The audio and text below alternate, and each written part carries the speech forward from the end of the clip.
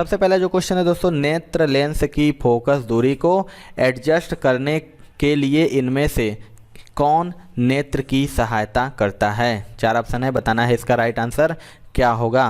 तो इसका जो राइट आंसर हो जाएगा दोस्तों ऑप्शन नंबर सी हो जाएगा, यानी सीलिया पिंड। आपको बता दें नेत्र लेंस की फोकस दूरी को सीलिया पिंड के द्वारा एडजस्ट किया जाता है। चलिए अगला क्वेश्चन देखते हैं दोस्तों।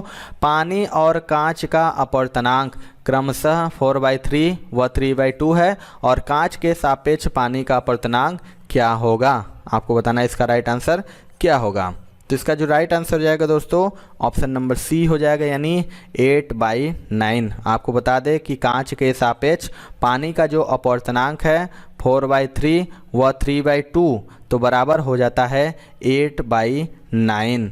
और यदि कांच व पानी के निरपेक्ष अपवर्तनांक Ng व Nw है तो कांच के सापेक्ष पानी का जो अपवर्तनांक होगा वो हो जाएगा Gw। अगला क्वेश्चन देख लेते हैं दोस्तों।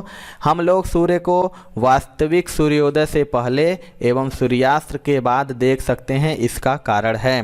मोस्ट इंपॉर्टेंट क्वेश्चन है, आपको बताना है इसका राइट आंसर क्या होगा। तो इसका जो राइट आंसर हो जाएगा दोस्तों ऑप्शन नंबर सी हो जाएगा, यानी अपवर्तन। आपको बता दें कि पृथ्वी की गोल आकृति के कारण प्रकाश किरणों का अपवर्तन हो जाने से हम सूर्य को वास्तविक सूर्योदय से पहले एवं सूर्यास्त के बाद देख सकते हैं। अगला क्वेश्चन देखते हैं। सूर्यास्त के पहले सूर्य गहरा नारंगी लाल रंग का प्रतीत होता है क्योंकि? आपको बताना है इसका राइट आंसर क्या होगा। तो इसका जो राइट आंसर हो जाएगा दोस्तों ऑप्शन नंबर डी हो जाएगा, यानी सूर्यास्त या सूर्योदय के समय सूर्य गहरा नारंगी लाल रंग का दिखाई देता है क्योंकि प्रकाश जब वायुमंडल से भेद कर आता है तो प्रकाश के अन्य घटक रंग प्रकीर्णित होकर अंतरिक्ष में चले जाते हैं एवं लाल रंग प्रकीर्णित होकर हमारे पास पहुंचता है क्योंकि लाल रंग का प्रकीर्णन सबसे कम होता है। अगला क्वेश्चन देख लेते हैं दोस्तों आपके अपकमिंग एग्जामिनेशन के लिए जीके एंड साइंस के बहुत ही इंपॉर्टेंट ई बुक्स मैं आपके लिए लेके आ रहा हूं दोस्तों। इसमें जीके के टॉपिक वाइज, जी हां दोस्तों, आप पूरा topic wise GK and strategy cover कर सकते हैं। 70 ज्यादा टॉपिक मैंने कवर किए, इससे बाहर आपका नहीं जाने वाला है, सब कुछ इसमें कवर हो जाएगा ऑल इन वन दोस्तों, इसलिए मैंने इसका नाम रखा है एक सिंगल ई बुक से आप सारे के सारे, आपको इधर उधर कहीं भी भटकना नहीं है, सिंगल ई बुक में सारे के सारे टॉपिक डाल दिए गए। बहुत मेहनत दोस्तों मैंने इसे बनाया है, आप इसे ले सकते हैं, डिस्क्रिप्शन बॉक्स में लिंक है और निश्चित तौर पे आपको सब कुछ यहां से रिवीजन करना है एंड कवर करना है, तो इस ई बुक का लिंक डिस्क्रिप्शन बॉक्स में मिल जाएगा। एंड सेकंड दोस्तों है आपका साइंस का 1000 क्वेश्चन जो निश्चित तौर पे आपके परीक्षा में पूछे जाएंगे और ऐसे प्रश्न जो बार बार आपके परीक्षा में पूछे गए जीव विज्ञान, रसायन विज्ञान और भौतिक विज्ञान से, जो कि कंप्लीट डिटेल के साथ है, आप सारे प्रश्न डिटेल के साथ देख सकते हैं। तो ये दोनों ई बुक बहुत ही ज्यादा इंपॉर्टेंट, निश्चित तौर पे आपको लेना चाहिए। ये वाला बुक दोस्तों 35,000 से ज्यादा स्टूडेंट ले चुके हैं, अगर आपने अभी तक नहीं लिया है तो फटाफट ले लीजिए, सभी ई बुक्स का लिंक डिस्क्रिप्शन बॉक्स मैंने दे दिया है। और आने वाले एग्जामिनेशन में कंप्लीट प्रिपरेशन कीजिए दोस्तों, निश्चित तौर पे आपको बहुत फायदा होगा क्योंकि इसमें बहुत मेहनत किया है मैंने। रात में तारे झिलमिलाते हैं क्योंकि? मोस्ट इंपॉर्टेंट क्वेश्चन है, बताना है कि रात में तारे झिलमिलाते हैं क्योंकि? इसका राइट आंसर हो जाएगा ऑप्शन नंबर डी, यानी वायुमंडल में वायु का अपवर्तनांक बदलता है। आपको बता दें कि वायुमंडल में वायु की विभिन्न परतों का अपवर्तनांक भिन्न भिन्न होता है और प्रकाश का अपवर्तन होता है, जिसके कारण रात में तारे झिलमिलाते या टिमटिमाते हैं। यदि दो आदमी चंद्रमा की सतह पर बातचीत करते हैं तो वे, आपको बताना है इसका राइट आंसर क्या होगा। यदि दो आदमी चंद्रमा की सतह पर बातचीत करते हैं तो इसका जो राइट आंसर हो जाएगा दोस्तों ऑप्शन नंबर सी हो जाएगा, एक दूसरे की आवाज़ नहीं सुन सकते हैं। आपको बता दें कि यदि दो आदमी चंद्रमा की सतह पर बातचीत करते हैं तो वे एक दूसरे की आवाज़ नहीं सुन सकते हैं क्योंकि ध्वनि के संचरण के लिए माध्यम की आवश्यकता होती है और चंद्रमा पर कोई वायुमंडल नहीं है। दर्पण के सामने खड़े एक व्यक्ति को अपना प्रतिबिंब स्वयं से बड़ा मालूम होता है, इससे ज्ञात होता है कि दर्पण है। इसका राइट आंसर बताना है कि क्या होगा। तो इसका राइट आंसर हो जाएगा दोस्तों ऑप्शन नंबर बी, यानी अवतल। बता दें कि प्रतिबिंब अपनी वास्तविक आकृति से बड़ा इसलिए प्रतीत होता है क्योंकि अवतल दर्पण से प्रकाश किरण परावर्तित होने के पश्चात फैल जाती है। अगला क्वेश्चन देख लेते हैं दोस्तों। दंत चिकित्सक का दर्पण किस प्रकार का होता है? यह भी मोस्ट इंपॉर्टेंट क्वेश्चन है। आपको बताएं जो दंत चिकित्सक होते हैं वो किस प्रकार के दर्पण का उपयोग करते हैं? तो इसका राइट आंसर हो जाएगा ऑप्शन नंबर डी, यानी अवतल दर्पण। अवतल दर्पण के फोकस तथा वक्रता केंद्र के बीच रखी वस्तु का प्रतिबिंब उल्टा बनता है। साथ ही इस दूरी में रखे वस्तुओं का प्रतिबिंब समान आकार से लेकर बड़े आकार तक बनता है। इसीलिए दंत चिकित्सकों के द्वारा अवतल दर्पण का प्रयोग किया जाता है। आपको बता दें कि इस दर्पण का प्रयोग दाढ़ी बनाने में भी किया जाता है। अगला क्वेश्चन देख लेते हैं। दोस्तों यदि आप एसएससी की कंप्लीट प्रिपरेशन करना चाहते हैं दोस्तों अनअकैडमी के टॉप बैचेज आ चुके हैं टॉप एजुकेटर के साथ, जिससे आप कंप्लीट प्रिपरेशन कर सकते हैं। अपकमिंग सीएचएसएल की दोस्तों एक बैच स्टार्ट हो चुकी है 4 मई से। इस बैच के थ्रू आप सीजीएल एंड सीएचएसएल अपकमिंग 2022-23 की कंप्लीट प्रिपरेशन कर सकते हैं। इसी तरह दोस्तों बहुत सारे बैच लाइक सफलता बैच सीजीएल सीएचएसएल के लिए है, आपके लिए ऑल एग्जाम जो ऑल बैच जनरल स्टडीज के लिए देखिए एसएससी एग्जामिनेशन के लिए 4 मई से स्टार्ट हुई है। बहुत सारे ऐसे बैचेज हैं सीपीयू के लिए, कह लीजिए स्टेनोग्राफर के लिए, फाइनल पंच एसएससी एमटीएस के लिए जो कि आपका जुलाई महीने में होने वाला है, 6 मई से स्टार्ट होने वाला। इन सभी को आप एक्सेस कर सकते हैं अनअकैडमी प्लस। और अनअकैडमी प्लस में जब आएंगे दोस्तों तो यहाँ पे रेज हैंड का भी फीचर है, इसके माध्यम से आप डायरेक्ट एजुकेटर से बात कर सकते हैं कभी भी क्लास के दौरान। और दोस्तों यहाँ पे आस्क का डाउट फीचर भी इनेबल हो जाएगा जब प्लस में आएंगे। आप कभी भी दोस्तों 3 डाउट एक साथ सेंड कर सकते हैं और आपको उसका सोल्यूशन दे दिया जाएगा। ये सभी चीजें दोस्तों आप अनअकैडमी प्लस के माध्यम से ले सकते हैं। और दोस्तों उसमें भी आपको 10% का डिस्काउंट मिल जाएगा अगर आप कोड इस्तेमाल करेंगे OJ10। एक साथ OJ10 लगाएंगे तो आपको 10% का डिस्काउंट मिल जाएगा। तो फटाफट दोस्तों अनअकैडमी प्लस सब्सक्रिप्शन ले लीजिए और अपने प्रिपरेशन को कंप्लीट कीजिए। एक ओर बंद तथा दूसरी ओर से खुली एक पाइप देगी। आपको बताना है इसका राइट आंसर क्या होगा। तो इसका जो राइट आंसर हो जाएगा दोस्तों ऑप्शन नंबर सी हो जाएगा, यानी सभी विषम हार्मोनिक्स। यानी बंद पाइप में केवल विषम सनांदी हैं उत्पन्न हो सकते हैं। यही कारण है कि बंद ऑर्गन पाइप में उत्पन्न स्वर मधुर नहीं होते, जबकि खुले पाइप में सम तथा विषम दोनों ही प्रकार के सनांदी उत्पन्न होते हैं। और यही कारण है कि खुले ऑर्गन पाइप की ध्वनि मधुर होती है। अगला क्वेश्चन देखते हैं। इंद्रधनुष कितने रंग दिखाता है? मोस्ट इम्पॉर्टेंट आपको बताना है, जो इंद्रधनुष होता है उसमें कितने रंग दिखाता है। तो इसका राइट आंसर हो जाएगा ऑप्शन नंबर ए, यानी 7 रंग। आपको बता दें इंद्रधनुष में 7 रंग दिखाई देता है और ये 7 रंग बढ़ते हुए तरंग दैर्ध्य के क्रम में दिखाई देते हैं। बता दें कौन कौन से रंग है, तो बैगनी है, जामुनी, नीला, हरा, पीला, नारंगी तथा लाल। और इसे संक्षेप में इसे विबग्योर कहते हैं। क्या कहते हैं? तो VIBGYOR। अगला क्वेश्चन देख लेते हैं दोस्तों। इंद्रधनुष में किस रंग का विक्षेपण अधिक होता है? आपको बताना है जो इंद्रधनुष में किस रंग का विक्षेपण अधिक होता है। तो इसका राइट आंसर हो जाएगा ऑप्शन नंबर डी, यानी सी यानी लाल। बता दें कि इंद्रधनुष में लाल रंग का जो विक्षेपण अधिकतम तथा बैगनी रंग का न्यूनतम होता है। और इंद्रधनुष में बैगनी किरण आँख पर 40.8 डिग्री तथा लाल किरण 42.8 डिग्री कोण बनाती हैं। अगला क्वेश्चन देखते हैं दोस्तों। इंद्रधनुष कैसे बनता है? मोस्ट इम्पॉर्टेंट ये भी क्वेश्चन है, आपको बताना इनमें से इंद्रधनुष कैसे बनता है। तो इसका जो राइट आंसर हो जाएगा दोस्तों ऑप्शन नंबर सी, यानी अपवर्तन एवं प्रकाश के पूर्ण आंतरिक परावर्तन से इंद्रधनुष का निर्माण होता है। अगला क्वेश्चन देख लेते हैं दोस्तों।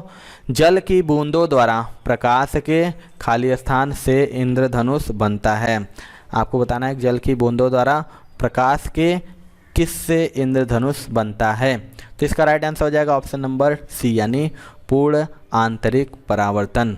बता दें कि वर्षा के बाद वायुमंडल के धूल कणों पर निलंबित जल की बूंदें त्रिवाष्प यानी प्रिज्म की भांति कार्य करके सूर्य के प्रकाश के संघटक रंगों को विक्षेपित करके इंद्रधनुष बनाती हैं। अगला क्वेश्चन देख लेते हैं दोस्तों। प्रकाश की गति की तुलना में रेडियो तरंग की गति। आपको बताना है कि जो प्रकाश की गति की तुलना में रेडियो तरंग की गति कितनी होगी। मोस्ट इम्पॉर्टेंट ये भी क्वेश्चन है। तो इसका जो राइट आंसर हो जाएगा ऑप्शन नंबर सी हो जाएगा, यानी एक समान होती है। जो प्रकाश की गति होती है वो रेडियो तरंग की गति के समान होती है और रेडियो तरंगे अपने स्रोत से छूटने के बाद सभी संभव दिशाओं में गति करते हुए जाती हैं और इनका प्रयोग करते हुए रेडियो एवं टीवी कार्यक्रमों का प्रसारण किया जाता है। अगला क्वेश्चन देखते हैं, निम्नलिखित में से किसकी वेधन क्षमता अधिक है? मोस्ट इंपॉर्टेंट ये भी क्वेश्चन है दोस्तों, आपको बताना है इनमें से किसकी वेधन क्षमता अधिक है। तो इसका राइट आंसर हो जाएगा दोस्तों ऑप्शन नंबर सी, यानी गामा किरणें। आपको बता दें कि गामा किरणों की वेधन क्षमता सर्वाधिक है और इनकी वेधन क्षमता अल्फा तथा बीटा कणों की अपेक्षा बहुत अधिक होती है और ये 30 मिमी मोटी एल्यूमिनियम की चादर के आर पार निकल जाती है, 30 मिमी। अगला क्वेश्चन देख लीजिए दोस्तों, निम्नलिखित विद्युत चुंबकीय तरंगों में से किसकी तरंग दैर्ध्य अधिकतम होती है? 4 ऑप्शन है, बताना है कि इनमें से विद्युत चुंबकीय तरंगों में से किसकी तरंग दैर्ध्य अधिकतम होती है। तो इसका राइट आंसर हो जाएगा ऑप्शन नंबर डी, यानी अवरक्त किरणों की। आपको बता दें कि अवरक्त किरणों का जो तरंग दैर्ध्य अधिकतम होता है और अवरक्त किरणों का उसमें प्रभाव भी अधिक होता है। चलिए अगला क्वेश्चन देख लेते हैं, एक टीवी सेट को संचालित करने के लिए टीवी रिमोट कंट्रोल किसका उपयोग करता है? मोस्ट इंपॉर्टेंट क्वेश्चन ये भी है दोस्तों, आपको बताना है जो टीवी रिमोट कंट्रोल होता है वो किसका उपयोग करता है। तो इसका जो राइट आंसर हो जाएगा दोस्तों ऑप्शन नंबर सी हो जाएगा, सूक्ष्म तरंगों का। आपको बता दें टीवी रिमोट कंट्रोल यूनिट में सूक्ष्म तरंगों का उपयोग किया जाता है और इन तरंगों का दैर्ध्य परिषद 10 के पावर -3 मीटर से 10 के पावर -2 मीटर तक होती है। इनका उपयोग टेलीविज़न के प्रसारण में भी किया जाता है। अगला क्वेश्चन देखते हैं, पीली रोशनी में एक गहरी नीली वस्तु कैसी दिखाई देगी? मोस्ट इंपॉर्टेंट ये भी है, आपको बताना है कि पीली रोशनी में एक गहरी नीली वस्तु कैसी दिखाई देगी। तो इसका राइट आंसर हो जाएगा ऑप्शन नंबर डी, यानी ब्लैक, काली। बता दें कि पीली रोशनी में गहरी नीली वस्तु काली दिखाई पड़ती है क्योंकि पीले रंग में नीला रंग नहीं होता है जिसको कि वह वस्तु परावर्तित कर सके। अगला क्वेश्चन देखते हैं दोस्तों, फोटोग्राफी में उपयोग किया गया प्रकाश संवेदी यौगिक है। मोस्ट वेरी इंपॉर्टेंट क्वेश्चन है दोस्तों, मैक्सिमम बार क्वेश्चन एग्जाम में रिपीट हुआ है। बताना कि जो फोटोग्राफी में उपयोग किया गया प्रकाश संवेदी यौगिक है। तो इसका राइट आंसर हो जाएगा ऑप्शन नंबर सी, यानी सिल्वर ब्रोमाइड। फोटोग्राफी में सिल्वर ब्रोमाइड का प्रयोग किया जाता है और फिल्म पर प्रकाश पड़ने से सिल्वर ब्रोमाइड सिल्वर में बदल जाता है और अब फिल्म को अंधेरे कमरे में ले जाकर एक विशेष प्रकार के घोल में डाल देते हैं जिससे प्रतिबिंब चमकने लगता है। अगला क्वेश्चन देख लेते हैं दोस्तों, फोटोग्राफी में उपयोगी हाइपो रासायनिक रूप में क्या है? आपको बताना है इनमें से फोटोग्राफी में उपयोगी हाइपो रासायनिक रूप से क्या है। तो इसका राइट आंसर हो जाएगा ऑप्शन नंबर बी, यानी सोडियम थायोसल्फेट। फोटोग्राफी में उपयोगी हाइपो रासायनिक रूप से सोडियम थायोसल्फेट है। अगला क्वेश्चन देखते हैं, कांच में से गुजरने पर प्रकाश के किस रंग की गति धीमी होती है? मोस्ट इंपॉर्टेंट ये भी क्वेश्चन है दोस्तों, आपको बताना है कि कांच में से गुजरने पर प्रकाश के किस रंग की गति धीमी होती है। तो इसका राइट आंसर हो जाएगा ऑप्शन नंबर बी, यानी बैगनी। मैंने बताया आपको कि कांच में बैगनी प्रकाश की चाल सबसे कम तथा लाल प्रकाश की चाल सबसे अधिक होती है। यद्यपि निर्वात में अथवा वायु में सभी रंगों की किरणें एक ही चाल यानी 3 × 10⁸ मीटर प्रति सेकेंड से चलती हैं। अगला क्वेश्चन देखते हैं दोस्तों, किससे होकर गुजरते हुए प्रकाश की गति न्यूनतम होती है? आपको बताना है कि इनमें से किससे होकर गुजरते हुए प्रकाश की जो गति होती है वो न्यूनतम होती है। तो इसका आंसर हो जाएगा दोस्तों ऑप्शन नंबर सी, यानी कांच। अभी मैंने आपको बताया कि प्रकाश की जो चाल होती है निर्वात में सर्वाधिक होती है और निर्वात की तुलना में वायु, जल एवं कांच में प्रकाश का वेग क्रमशः 0.03% से 25% एवं 35% कम होती है। अगला क्वेश्चन देख लेते हैं दोस्तों, सामान्य आँख के लिए सुस्पष्ट दृष्टि की न्यूनतम दूरी होती है। आपको बताना है कि एक सामान्य आँख के लिए सुस्पष्ट न्यूनतम दूरी कितनी होती है? तो इसका आंसर हो जाएगा दोस्तों ऑप्शन नंबर डी यानी 25 सेमी। बता दें कि सामान्य आँख के लिए सुस्पष्ट दृष्टि की न्यूनतम दूरी 25 सेमी होती है। जिस व्यक्ति में यह 25 सेमी से भी अधिक होती है उसमें दूर दृष्टि दोष पाया जाता है, तथा जिस व्यक्ति में यह दूरी 25 सेमी से कम होती है उसमें निकट दृष्टि दोष यानी मायोपिया पाया जाता है। ये थी दोस्तों आज की वीडियो। आपको वीडियो कैसा लगा कमेंट सेक्शन में जरूर बताइएगा। वीडियो पसंद आया दोस्तों तो एक लाइक जरूर कर दीजिएगा। आपके लाइक से हमें मोटिवेशन मिलता है कि आपको वीडियो पसंद आ रहा होगा। अगर आप हमारे चैनल पर नए हैं दोस्तों तो चैनल को जरूर सब्सक्राइब कर लीजिएगा। तो मिलते हैं दोस्तों अपने अगले वीडियो में, तब तक के लिए जय हिंद जय भारत।